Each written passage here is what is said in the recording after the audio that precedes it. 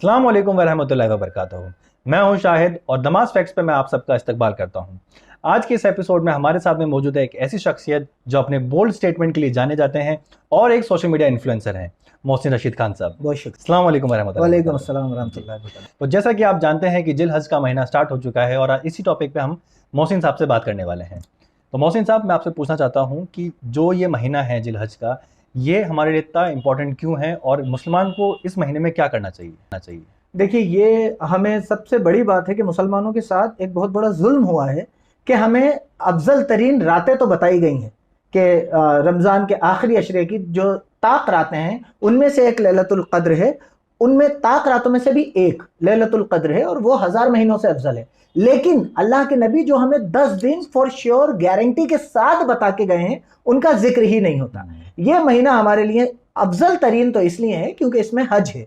हज अल्लाह का एक बहुत बड़ा फर्ज है, जो भी इस्तिताअत रखता है उसे करना चाहिए। लेकिन जो हज नहीं कर सकता, जिसके पास इतनी ताकत नहीं है, पैसा नहीं है, जरिए नहीं है, वो क्या करे? उनके लिए अल्लाह के नबी मोहम्मद रसूलुल्लाह सल्लल्लाहु अलैहि वसल्लम ने फरमाया कि ये जो 10 दिन हैं, ये इनमें किया हुआ काम अल्लाह को सबसे ज्यादा महबूब है। साहबियों ने पूछा, या रसूलल्लाह, क्या जिहाद से भी ज्यादा? आप सल्लल्लाहु अलैहि वसल्लम ने फरमाया, हाँ, जिहाद से भी ज्यादा। सिर्फ एक चीज है जो इससे ऊपर निकल जाती है, और वो क्या है कि एक आदमी अल्लाह की राह में जिहाद, अपना माल और अपनी जान के साथ अल्लाह की राह में जिहाद करे और वो वापस कुछ ना लाए, मतलब वो अपनी जान भी उस रास्ते में दे दे और माल भी उस रास्ते में खत्म कर दे। सिर्फ ये एक काम है जो इन अय्याम में, इन 10 दिन में किए हुए काम से ऊपर आता है। बाकी कोई भी अमल हो, कोई सा भी काम हो, अल्लाह को इन 10 दिन में किया हुआ काम महबूब तरीन है, सबसे ज्यादा प्यारा है।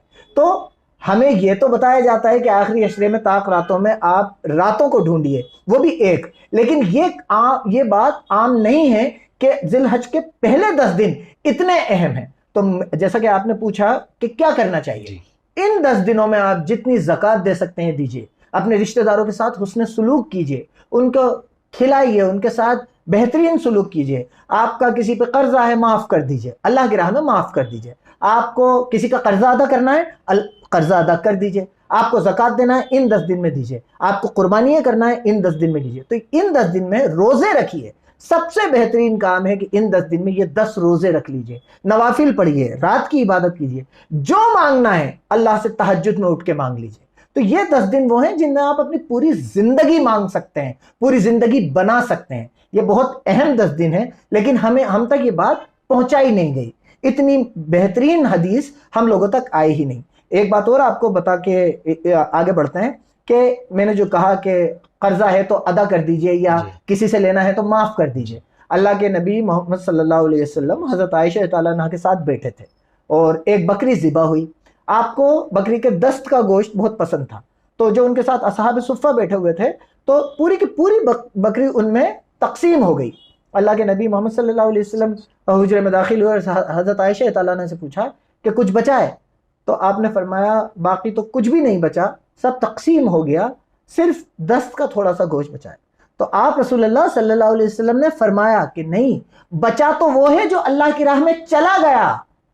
ये जो दस्त का गोश्त है ये बचा नहीं है, बचा तो वो है जो अल्लाह की राह में चला गया। बचने का मतलब क्या होता है कि वो हमारे पास महफूज हो गया। महफूज तो असल में वो हुआ है जो आपने अल्लाह की राह में खर्च कर दिया। जो यहां आपके पास बच गया वो तो यहीं खत्म हो जाना है, वो तो जीरो हो जाना है। बचा हुआ मिलेगा आपको वो जो आपने अल्लाह की राह में दे दिया, अल्लाह की राह में खर्च कर दिया। तो ये वो 10 दिन हैं जिनमें हमें ज्यादा से ज्यादा अल्लाह को खुश करने का काम करना चाहिए, इबादत करना चाहिए, खर्च करना चाहिए। तो वो बचेगा और वो इंशाल्लाह बेहतरीन बदला उसका आपको मिलेगा। तो जैसा मोहसिन साहब ने बताया कि आप इस 10 दिनों के अंदर क्या क्या कर सकते हैं, तो ये आपको करना चाहिए। तो मेरा अगला सवाल आपसे ये है मोहसिन साहब कि जो बंदा कुर्बानी नहीं कर सकता बकरीद के दिन, तो उनको क्या करना चाहिए? देखिए शाहिद साहब, अल्लाह के नबी मोहम्मद सल्लल्लाहु अलैहि वसल्लम ने उन लोगों को भी बताया है कि जिनके पास इस्तिताअत नहीं है, उनके पास पैसे नहीं है कि वो कुर्बानी कर सकें। आपने उनके लिए भी फरमाया कि लोगों ने पूछा, या रसूलल्लाह, जो कुर्बानी नहीं कर सके? तो आपने फरमाया जो कुर्बानी नहीं कर सके वो भी चांद दिखने के फौरन बाद से अपने बाल और नाखून नहीं काटे, और जब उनके मोहल्ले में आसपास में कुर्बानी हो जाए, कोई कुर्बानी कर दे, तो वो उनके साथ अपने बाल और नाखून काट ले।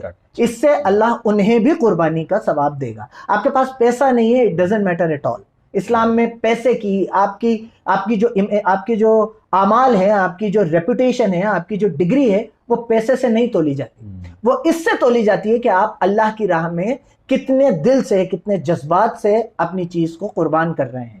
ایک جگہ قربانی کے لیے بال کاٹنا نہیں، ناخن نہیں کاٹنا شرط ہے، تو آپ کے لیے وہی شرط قربانی کے برابر کا ثواب بن گئی۔ تو اگر کسی کے پاس قربانی میسر نہیں ہے، وہ مایوس نہیں ہو، وہ بھی 10 دن تک یہ بال اور ناخن نہیں کاٹے، وہی طریقہ اپنائے جو قربانی والا اپنائے گا، انشاءاللہ تعالیٰ اسے قربانی کے ثواب ملے گا۔ دل میں نیت رکھ کے بالکل میں کرنا چاہتا ہوں۔ تو محسن صاحب بہت بہت شکریہ، آپ نے دماس فیکٹس پہ اپنا سمے دیا اور بہت ہی ہماری رہنمائی کری کہ ہمیں کیا کرنا چاہیے ان 10 دنوں کے اندر۔ تو اگر آپ کو ہماری ویڈیو پسند آئی، اور اگر آپ ایسے ہی اسلامک کنٹینٹ دیکھنا چاہتے ہیں تو آپ ہمارے چینل کو سبسکرائب کر سکتے ہیں، بیل آئیکن کو آل پہ سیٹ کر سکتے ہیں تاکہ آپ ہماری کوئی بھی ویڈیو کو مس نہ کریں۔ السلام علیکم ورحمۃ اللہ وبرکاتہ۔ اللہ حافظ۔